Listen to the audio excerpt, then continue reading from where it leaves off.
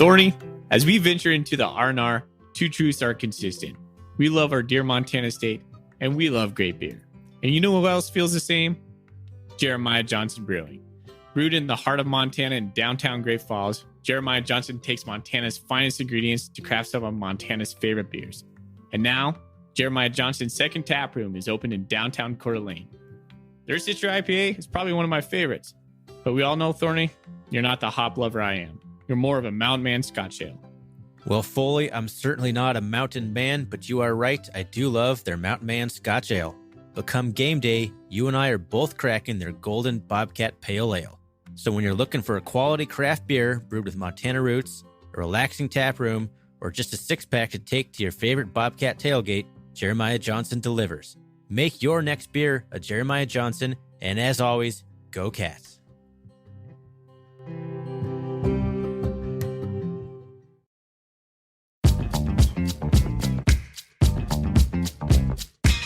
Welcome, everybody, to the R&R Catcast, a fan-based podcast focusing on Montana State athletics. We're two dudes named Ryan from the state of Washington talking about our dear Montana State. We hope you enjoy it.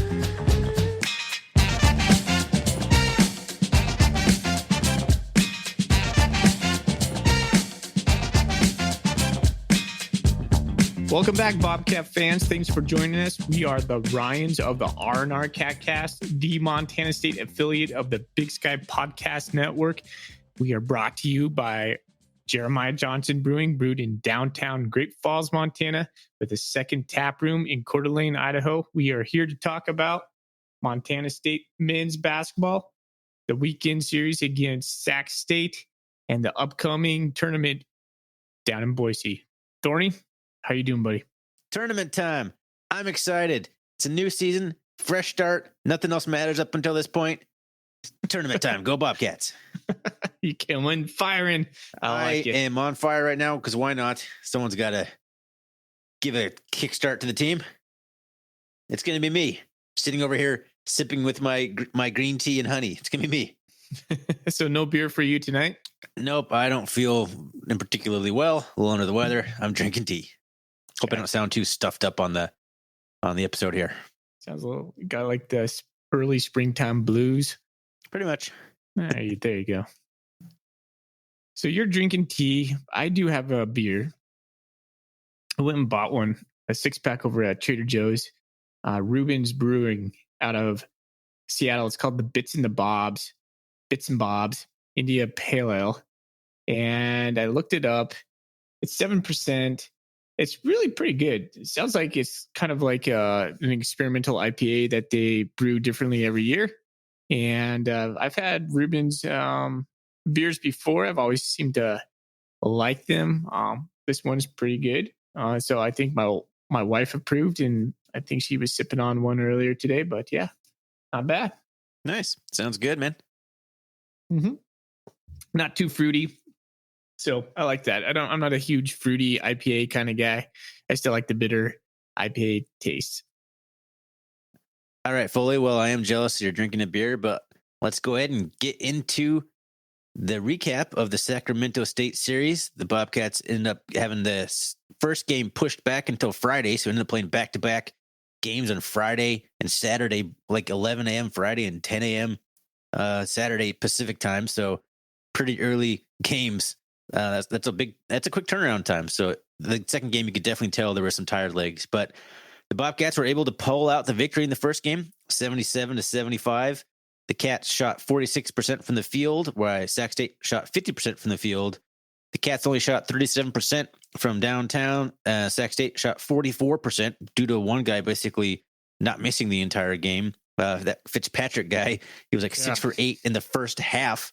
I think he finally missing some shots in the second half, but unreal, man. He really kept Sac State in the game. But this game, actually, Sac State kind of shot themselves in the foot. They were only 13 of 19 from the line for 68.4%, which is actually a little bit above their season average. They're not a very good free throw shooting team, but the Cats shot really well, 85.3%, which was crucial because I don't think the Cats basically hit one field goal like almost in the last 6 minutes of the game. Yeah. They went cold, ice cold, but they were able to hit enough free throws down the stretch to at least come away with the victory. Cats out rebounded Sac State 31-23. 12 assists for the Cats, which is good. It seems like that's been single digits too often this season. So 12 assists for the Cats, 10 for Sac State. But Sac State had 12 steals. Just one of those other games where the Cats just could not hang on to the ball. 17 total turnovers for the Cats. Sac State committed 26 fouls to the 18 for the Cats. It was a pretty close game. The Cats, had an 8-point lead at one point there in the second half, but it whittled away. But free throw shooting, the Cats were able to get the victory in the first game of the series against the Hornets. Ryan, what did you think of the energy Montana State brought, specifically on that first game? It was definitely better. We actually started off pretty well. I remember thinking, all right, the Cats are looking better. The energy has picked up since we lost to Idaho. The Idaho game just looked like we were walking in quicksand. We actually came out and executed, moved the ball around. The ball wasn't very sticky at any point, as they like to say. We were moving around, getting good shots. I like the way we were playing the intensity, but the Cats just can't seem to play that way with that intensity for an entire game. And it just kind of wavers in the second half. It kind of was really faltering there at the end. So I don't know if it's conditioning, if it's a mental attitude the Cats need to adopt, but the energy was great up until about the second half of the second half. It's a good point. Well, we scored well. We, like you said, we distributed the ball fairly well. Bello had 12 points. Muhammad had 10. Amin had 18. Bishop had 10. Gonzalez, who had a great weekend, he's one of my top players from both games. He had 11. And so that kind of scoring production out of 5 of our players, that's not a bad thing. So when we hit those types of numbers with the players and not just rely on one guy, kind of like with what we ended up doing the second game with Bello, we seem to do good. And like you said, the reason why I asked you about the energy is that's kind of a concern of mine. Seems like we're always waiting for that guy to hit a 3 ball, and then we get pumped. I kind of wish we could bring our own energy off the bench, because I think our players feed off of it and just ebbs and flows. So the one guy that can do that, I think, consistently is Kellen Tynes. Yeah, he's like the only guy that can come in and just be a spark plug, and it's not because he's scoring; he's just playing hard out there. He has very active hands. He gets fired up to play defense. He makes good plays. He's gets fired up after he knocks the ball into an opponent's legs and then out of bounds. He gets juiced up, man. And I wish we had more guys with that kind of fire, and I wish he got some more minutes. And I'd like to see him get plenty of time here in the tournament, because I think that's going to be defensive slugfest. That's what the tournaments are, and you need a guy who can play defense who's going to get fired up. So I think we need to see a little bit more Kellen Tynes moving forward. But he is the guy that can do that. But outside of him, you're right. It seems like everyone else is just sitting around waiting for someone to make a play, and then when someone does make a play, they get fired up. But you got to have the energy kind of going into that. It's a good point. We were not clutch at all in both of these games. I mean, and I think that was like one big point I wrote down on my pad.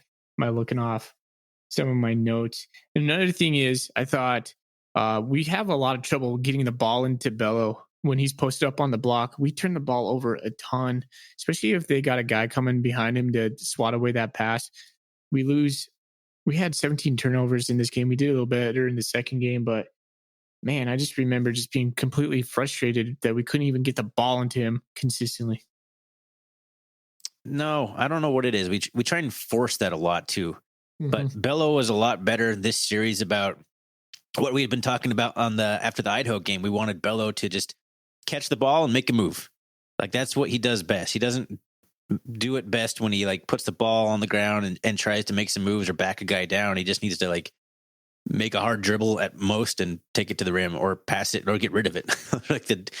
Because once he's swarmed, it's pretty much it's going to be a turnover. Yeah. Well, and sometimes Xavier Bishop will lob it into him, and I don't know if it's just his height difference that he's just a small guy. The angle of it, he doesn't connect well with Bello a lot of times. It's a big miss a lot of the times. Yeah, I can see that. So yeah. Right. So the Cats limped through the first game. Were able to get the win. What did you think of that second game? Why don't you take us through the stats on the second game, which was the Cats limped at the end, but did not come away victorious. No, we had a 74-73 loss. Let's see. Sac hit 46%. We had 52% of our shots. So we shot relatively well. 5 for 13 from 3-point. Sac hit 6 from 18. So we were both in the 30%, 33 and 38%. The free throw percentage was just flip-flop from the first game, and that was really the story. Sac shot way above their average at 83.3%, and we hit 12 from 19, the whopping 63.2%. And ultimately, that was the difference. When you miss 7 free throws and you lose by 1 point, I mean, an uncharacteristic, right? We're not going to hit 63% of our free throws very often. We're going to hit mostly, I think we're probably, without looking at Ken Palmer, probably in the 70s. Is what I would assume, or maybe low 80s. But that was pretty bad. We missed quite a few 1-and-1s, and I think that was the biggest difference of the game. If you look through the other stats, your rebounds are almost identical. We didn't turn the ball over nearly as much this game, which was nice. And so everything else was pretty much even. The thing I kind of remember about this game was Esposito Ethan Esposito, the senior forward from Sac State. He just wrecked shop second half. Him and Bello were just canceling each other out. Esposito had, I think, 30. What did he have? 32 points in this game. Bello had exactly 32 points. And so, but Esposito basically hit most of his shots in the second half. And it was just like every trip they went down, he responded for them. Montana State would hit. They had some stretches in here, Montana State did, where they would hit like a 3 or go up by 5. And Sac always answered, man. They would always come back, hit like a Nan 1 3-point play where they would just chip away. We could never push it really. The largest lead here was 6. Yeah. And it was just like, man, we hit some timely shots. Gonzalez again had a couple of timely threes. He was a dude during both games. I thought played well, but outside of that, if you look just at our scores, we didn't score well. So if, outside Bello, who just was crazy good in this game, I think he was perfect, wasn't he? Didn't he have like 13 out of 13 or something? 100% from the field. That's crazy. Can't do any better than that. Look, literally. But 13 for 13. Adamu just disappeared. He pulled his disappearing act, which he does every once in a while. He only has 4 points. He wasn't taking nearly the amount of shots he was putting up in the first game.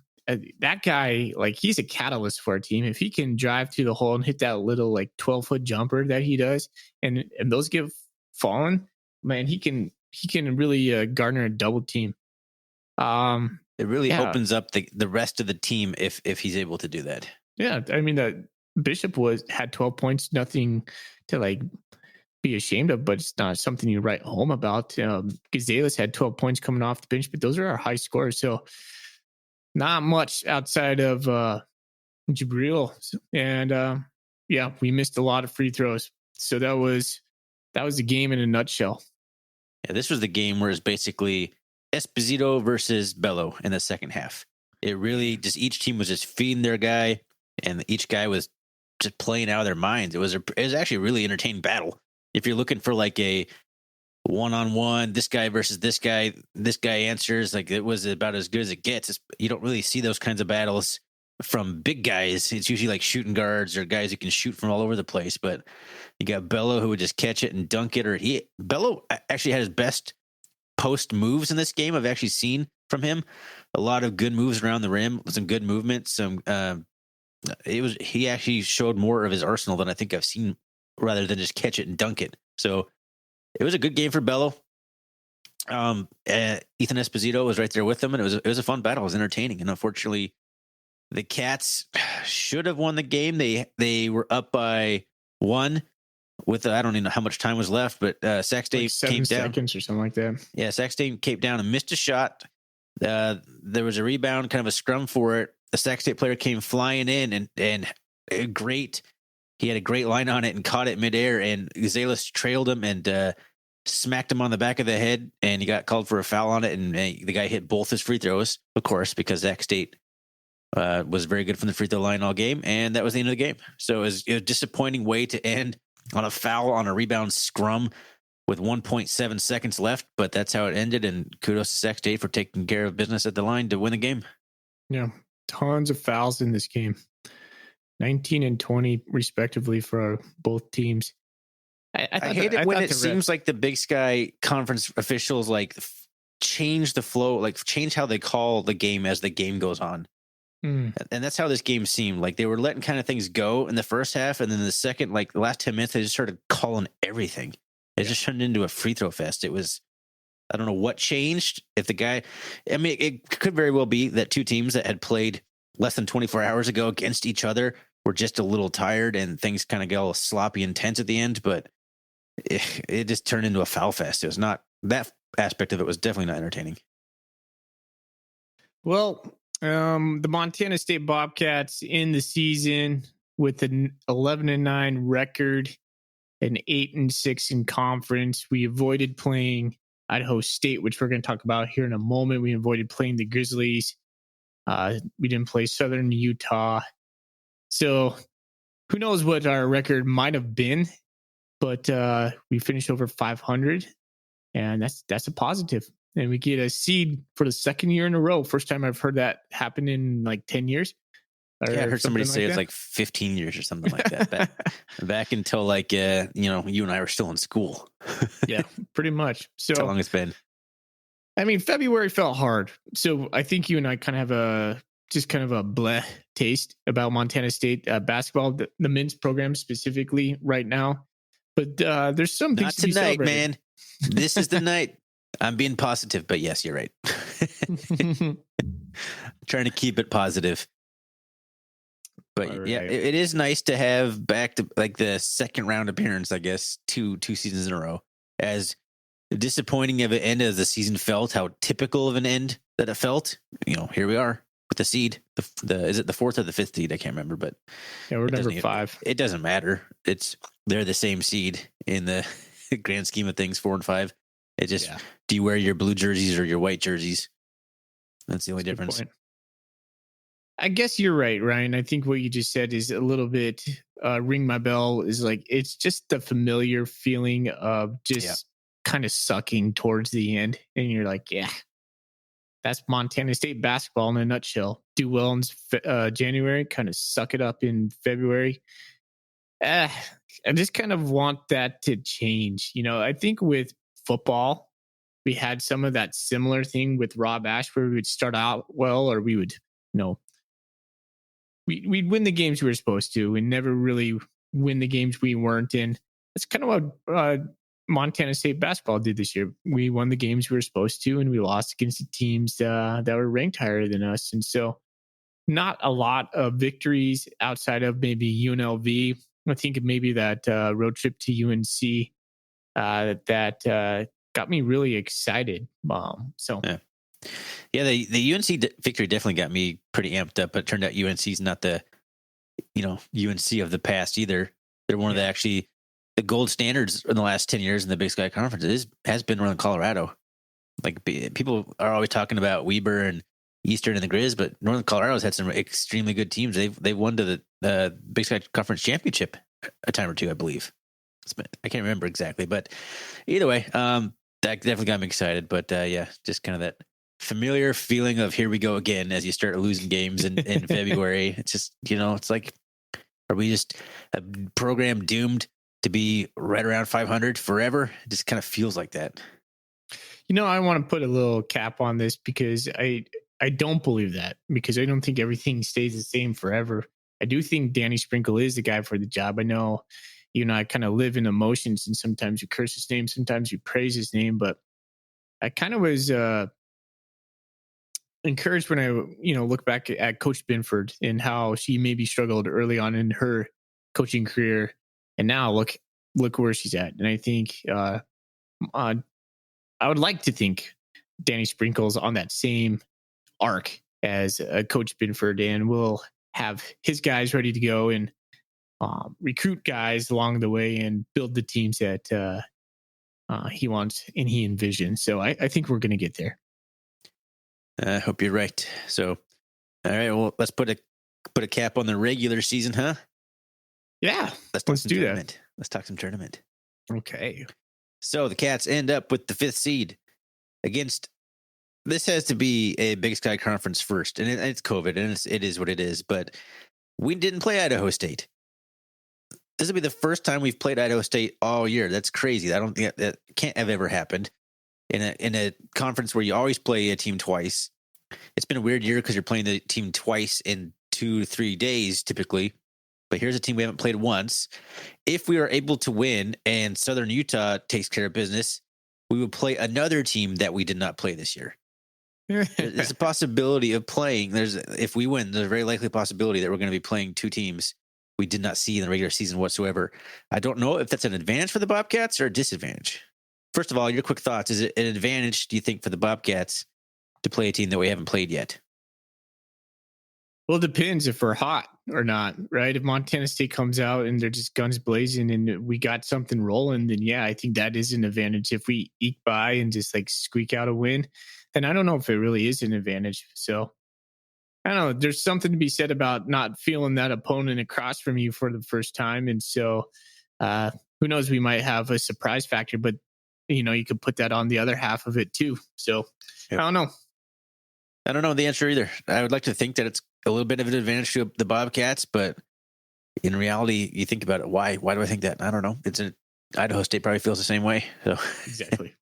So who knows? So, but looking at the bracket, you got the bracket up right there. How do you feel about the Bobcats draw? If we're not going to be the 1, 2, or 3 seed, obviously, how do you feel about where the Bobcats ended up in the bracket? We're on the Southern Utah side, who plays the winner of number 8 and number 9 Northern Colorado and Sac State, respectively. And then Southern Utah is able to play the winner of the Idaho State Montana State game. And then obviously the winner of that goes to the semifinals, or the championship game. So all the Cats got to do is win 3 games against the number 1 team, the number 1 seed, Southern Utah, who many people kind of think isn't necessarily deserving of the number 1 seed. So real quick, what are your thoughts on the bracket? Well, I think it's a very favorable position for Montana State, for Southern Utah to get the number 1 seed, because Eastern Washington lost to Idaho State last week. Yeah. That's huge. I mean, we all know if we had to face Eastern Washington, that's going to be a really tough game. Who's to say what it looks like on a neutral court, right? Anything can really happen. That's the beauty about the tournament. But that aside, I think the side that we are on, the Southern Utah being number 1 and the 4 and 5, very favorable for Montana State. We miss out on Eastern Washington. We miss out on Weber State. We miss out on Montana. So yeah, I think Montana State has had not the luck of the draw in a lot of scheduling, whether it be basketball or football. But this one has turned out pretty good. But we got to win that game. So yeah, Southern Utah means nothing if we don't win on Thursday, right? Yeah. Southern Utah is actually 140th in the Ken Palm, so it puts them behind league leader Eastern and then Weber State. And Idaho State is actually 269th, while the Cats are 237th. Both pretty awful, but Idaho State's actually ranked 62 spots behind us in the Ken Palm ratings. So we have an opponent who is theoretically not supposed to be as good as us, and then we get to play the third best of the top 3, at least from the standings standpoint. If you look at Southern Utah's record, what is their overall record? I'm looking at it right here. I'm not used to looking at Ken Palm. Where does it sum it up for me? Oh, there it is. 19-3, 12-2 in conference. 5 of their wins out of conference are against subdivision 1 programs. And that's the case for a lot of teams this year, because you had a game cancel, you just schedule whoever, but it definitely pads the stats a little bit when you play St. Catherine, Bethesda, Benedict, Mesa, and San Diego Christian, and Bethesda twice. Do you want to talk about padding your stats, Thorny? Sure, let's do it. There's a certain Montana team who was sitting below 500 this weekend, who had some open schedule, so they decided to pay a Division II team to come up, and an AI team was a Pacific Warner. And so for like the 12th or 15th or whatever consecutive season in a row now, Montana is ensured a winning schedule or a winning record. I think that's a bunch of bull. Yeah, you've been harping on this for days. Yeah, I get what they do it because they probably want to have some games going into the tourney, not so they're knocking off the rust, but the optics of it, man, is just kind of shitty. I don't know. I didn't even think about that until you said that. I would have never even considered it. I'm like, well, of course they're going to schedule a winning record. Of course they're going to schedule some games. And the last 2 games of the season were canceled, going to the tournament. And of course you're going to schedule a game. They bought themselves a winning record, Thorny. Yeah. Those are facts. The Cats would have done, any team would have done the exact same thing, regardless of your record. Well, they're Montana. They're not Montana State. So that's fair I can heap it on them. You can do what you want. This is our podcast. Yep. Not yours, Cruise fans. If you're even listening to this, I don't know why you would be. All right. Yeah. So that's pretty much, I think the Cats got a favorable draw. I agree with you. And I think there's actually a decent chance, as far as chances go, I've felt in a while that the Cats could end up in the championship game. I mean, I would still put them at probably below 35%, but 30%, but there's a chance. There's a good chance. And the Cats are capable of doing it. It's just, can they put a whole game together? Can they play with that energy for an entire game? Can they take care of the basketball? And can they avoid those long scoring droughts? These are all things that have plagued the Bobcats at times through the year. And if you can put the whole game together, the Bobcats are absolutely capable of beating, I think, any team in the conference. But it's just been a long time since they put a full game together like that. No, they got a coach who's been there. They got a coach who's experienced that feel. He should be just playing the tapes of him just wrecking shop against Weaver, and just those ESPN highlights that sent them to the dance, because those are. I've been watching that lately. Just seeing all the fans in the stand for one thing, that's just kind of cool again. But Sprinkles, he's lived it, man. So he's walked the walk. I hope he can impart some of that magic to him this week. Maybe he just shave his head and go all Alex Caruso, put a headband on, and just come out and play the game for us. Manny Tinkle or something, some terrible. What do you think you'd go from 3-point? I don't know, man. He could probably still put down 30-40%, depending if he can get himself open. That's the hard part, getting open. I'm sure he can shoot him with as good as he could have ever shoot it, but yeah, getting open's a little harder. All right. Love you, Coach. Hey, speaking of coaches, I'm really sad that we didn't say this at the beginning of the episode, but I want to say it now while it's in my head. Binford was named the Big Sky Conference Women's Coach of the Year. Trisha Binford. Yep, she's sharing it with Idaho's coach. Don't know his name, but yeah, coach of the year. I did not see that. That's funny. I had an extremely busy day at work, so I didn't catch hardly any of this kind of stuff. But anyway, congratulations, Trisha. You're doing an awesome job, and I wanted to bring it up in the news portion of this, but we just got right into it tonight. So you're talking about coaches. I want to make sure we acknowledge Big Sky Conference Coach of the Year, co-coach of the year, Trisha Binford. She's done a phenomenal job. Got it rolling. Yeah, not surprisingly, and this was supposed to be a rebuild year, right? Cats have a legit chance of winning this thing. This team's going to be the same for like at least 2 years. It's amazing. Just love like it. One senior this year. Speaking of which, by the time this is recorded, the Cats will have either beaten or lost to Sacramento State. I'm probably planning on releasing this Wednesday. I just can't get the turnaround time for Tuesday, so you'll be hearing this on Wednesday morning. And at least the Grizzlies went down to Sacramento State. So that's speaking of bashing the Grizz. That was an entertaining game that you and I watched a little bit of here tonight. No sadness here.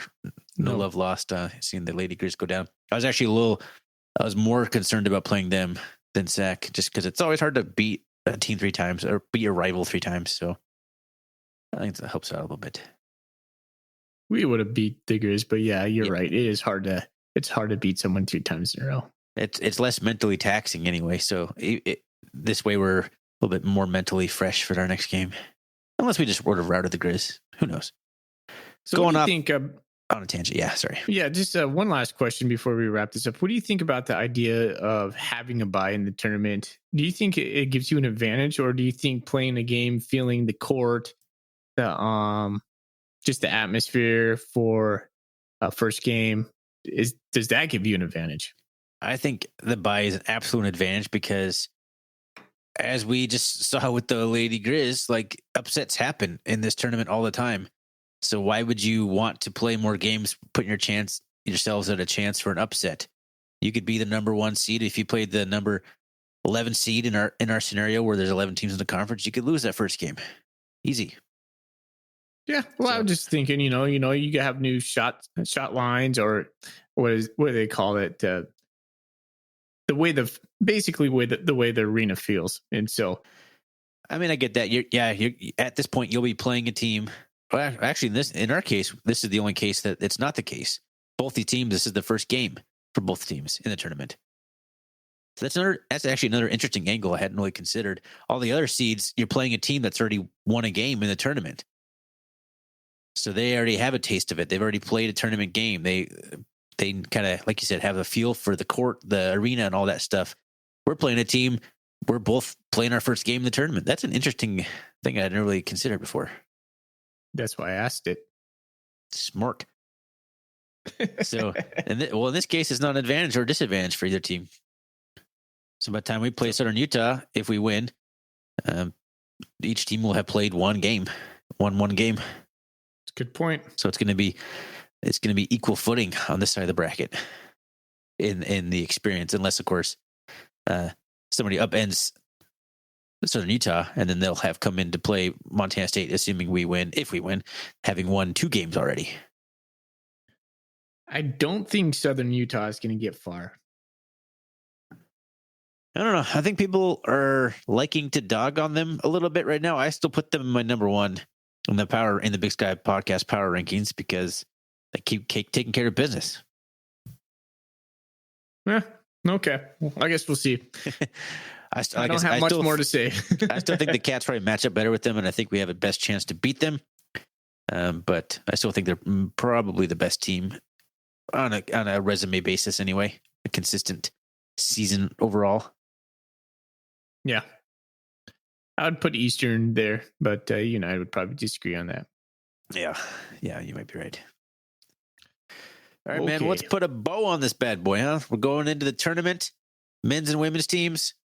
I'm excited about both, man. Let's do this. Let's go Cats. Go Cats. Go Cats.